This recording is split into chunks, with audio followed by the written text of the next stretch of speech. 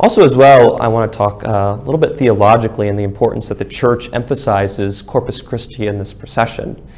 As I look into the rich theology that this has, Father Michael Mueller, in his book on the Blessed Eucharist, Our Greatest Treasure, he talks about that this is in many ways the reversal of the Passion. We think of how Jesus was going from Pilate and the high priests, but now he is going from one adorer to the other, where he's no longer being ridiculed or being persecuted, but is being loved and adored in the Most Holy Eucharist.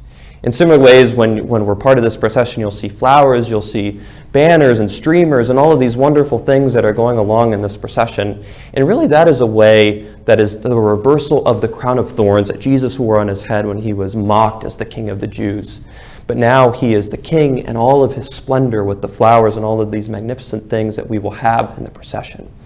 And also as well, Jesus will be processed around in the Eucharist, and the priest will be holding him in the monstrance. Father Clayton will be doing this. And he's going to go around, and we're going to be in that procession with Jesus. And it is as if Jesus is going to his crucifixion, but this is the reversal of that now. And now he is going back into the church, into the tabernacle afterwards, to be adored in the tabernacles of all the world until the end of time. And so also we think about this too as going from our own church and our own altars, where the Blessed Sacrament, we have adoration here on Wednesdays, and now we are taking Jesus and bringing him into the world. And that is the command that Jesus gives us, is to go out to all the world and proclaim the gospel. And Jesus gives us this command, and the apostles are doing this in the New Testament. A perfect time to be talking about this in the Acts of the Apostles, is they're fulfilling this command to go out and preach the gospel. And we're doing that by bringing Jesus not just within our community. Of course, we're called to do that every day of our lives, but bringing him out into the world now, into all the corners of the society. And when we think about the Eucharist and all of its glory and all of its splendor, we reflect upon this, especially in the Mass, when we receive our Lord present in the Eucharist. We have also adoration, where we contemplate the deep mysteries over and over and over again.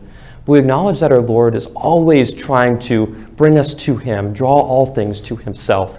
And so when we do this, I maybe contemplate the mysteries of his passion, especially during this procession, that we're called to go deeper and to think theologically into this mystery that is so important to our faith as the source and summit of our Christian life, as the Second Vatican Council calls us to and tells us that the Eucharist is not to be taken for granted, but to be loved, adored, and received.